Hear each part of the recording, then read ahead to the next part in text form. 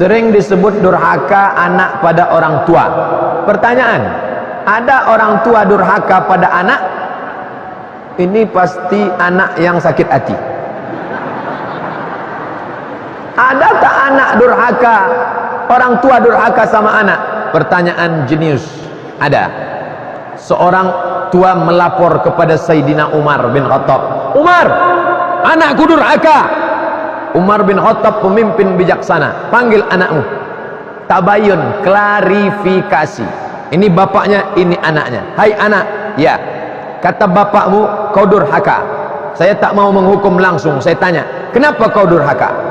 Apa kata si anak? Aku durhaka karena 3, Umar. Pertama, dia carikan ibuku ibu yang tak baik. Yang kedua, dia kasih aku nama yang tak baik. Yang ketiga, dia kasih aku makan yang tak baik. Apa kata Umar? Laqad aqaqtahu qabla an ya'uqqa alaik. Kau lebih dulu durhaka sebelum anakmu durhaka. Lebih dulu orang tua durhaka sebelum anak durhaka. Saudaraku yang punya pertanyaan, warna kertas pink, kau sudah dibela oleh Sayyidina Umar.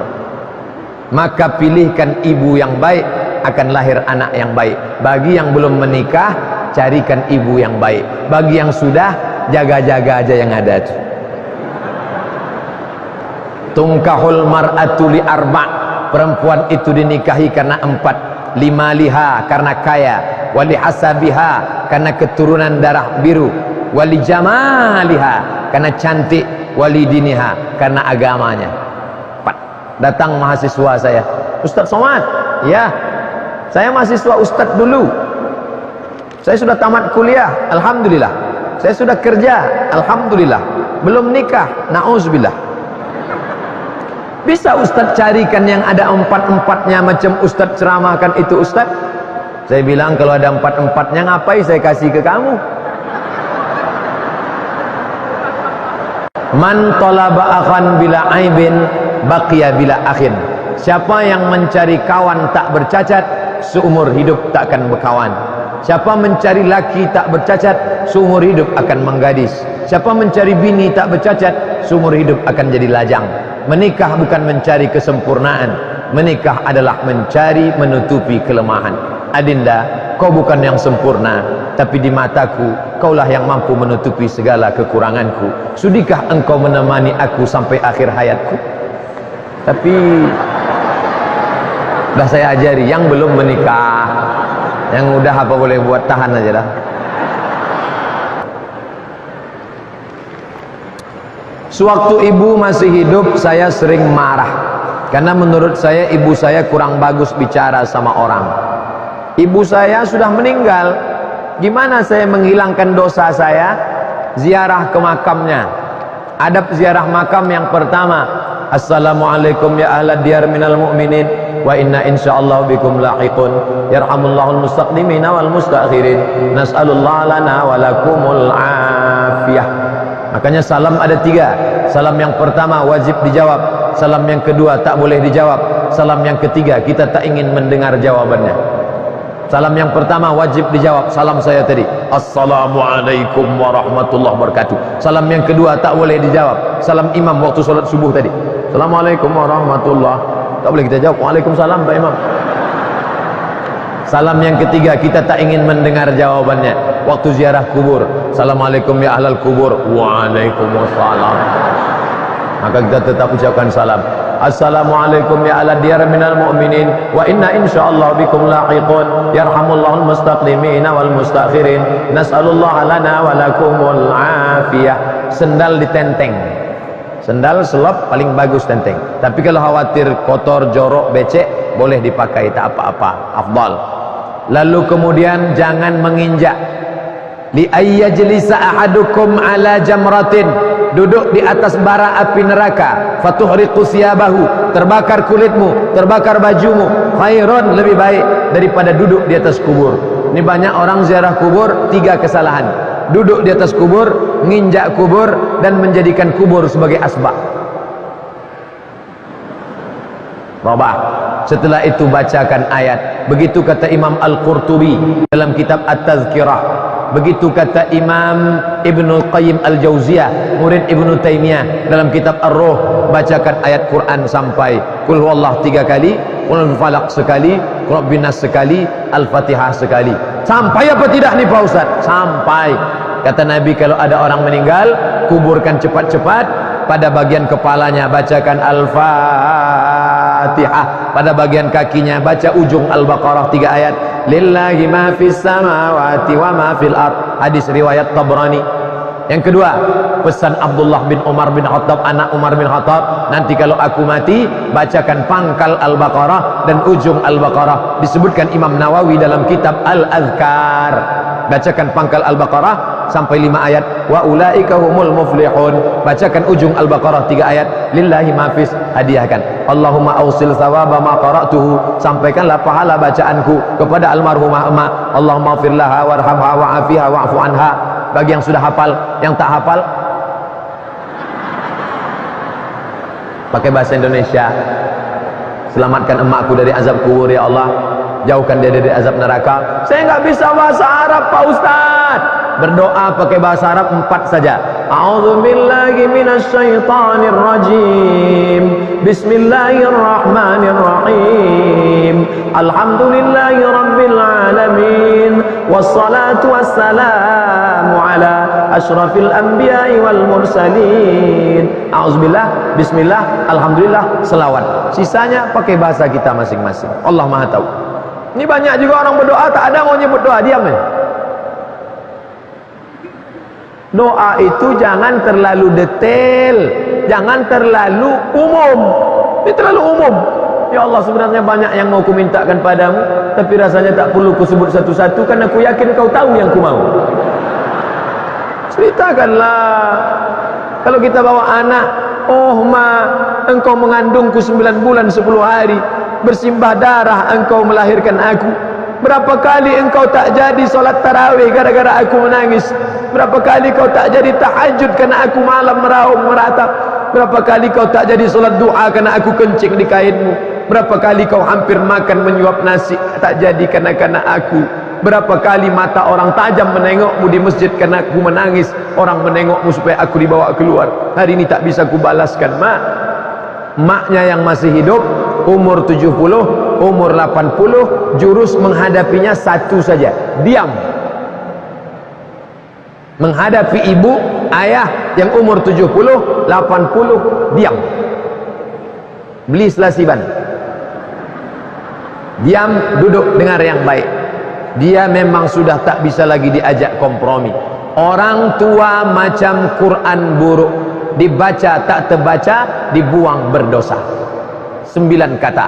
Orang tua macam Quran buruk, dibaca tak terbaca, dibuang berdosa. Tunggu-tunggu saja hilang sendiri. Jangan sampai kita cakap kasar, sumpah serapah, marah-marah. Setelah dia meninggal barulah kita menyesal. Tak ada guna. Pikir dulu pendapatan, sesal kemudian tiada berguna. Gimana apabila saya menjamu teman saya yang beragama Kristen makan di rumah saya? Apakah piring dan gelas bekas makannya harus disamak? Tidak, karena dia bukan anjing dan babi. Tak perlu disamak. Ketika dia makan, karena kalau semua bekas gelas piring harus disamak, maka kita semua sudah berdosa. Karena setiap rumah makan itu pasti pernah disinggahi non-muslim dan mereka makan minum di situ. Bagi siapa yang mengatakan harus disamak, berarti mulai besok dia harus bawa piring sendiri, gelas sendiri dari rumah. Kredit yang diambil PNS dari bank dengan menggadaikan SK itu riba. Sekolahkan SK, pinjam 100 juta, bayar 110, riba. Uang dengan uang, riba. Ustaz Somad ngomong riba karena tidak PNS. Saya PNS, ada SK saya di rumah. Sejak lulus sampai sekarang tak pernah saya pakai untuk minjam. Ustaz banyak duit, tak ada duit. Lebih baik kita hidup bersahaja daripada nampak kaya karena riba. Jika riba, apakah PNS suruh menjual asetnya untuk melunasi kreditnya? Apa yang bisa dijual, jual. Tak ada lagi yang bisa dijual Pak Ustaz. tinggal satu-satunya, harga diri. Jangan jual harga diri, jangan. Lunasi semampunya, la yukallifullahu nafsan illa wus'aha. Habis itu maka jangan lagi pinjam, hidup bersahaja. Dipeturutkan hawa nafsu tak pernah cukup. Lau kana libni adam wadiyan min zahab. Ini bukit, ada satu lembah. Seandainya satu lembah itu emas semua, tak akan pernah mengenyangkan perutmu. Walan tamla fahu illa turab. Sampai mulutmu disumbat tanah. Yang sudah punya satu mau dua, kebun satu mau dua, tanah satu mau dua, sampai mulutmu disumbat tanah, mati. Mulutmu disumbat tanah, barulah kau kata enough, cukup. Bolehkah suami saya menjadi imam solat saya di rumah? Tidak, karena solat di masjid. Laki-laki yang soleh solatnya di masjid. Laki-laki yang solat di rumah, laki-laki solehah. Maghrib, isya, subuh, zuhur, asar, solat di masjid. Kalau mau jadi imam di rumah, solat tahajud. Nanti malam solat tahajud, bapak ambil air, percikkan ke wajah istri, bangun. Itu kalau nikahnya udah 20 tahun. Tapi yang pengantin baru nikah, Ustadz Muzammil Hasbullah tadi pagi baru menikah, Masya Allah. Wake up my honey, wake up my darling. Dibentangnya lah sajadah, laki-laki di depan, istri di belakang, bukan di samping, di belakang. Majulah imam, Allahu Akbar, sampai salam tak berbunyi. Loh, abang kok tak berbunyi bang? Solat tahajud kan sama macam solat tarawih. Mohon maaf adinda, kau tak seberuntung istri Ustadz Hasbullah, Muzammil Hasbullah. Kebetulan kau dapat imam silent.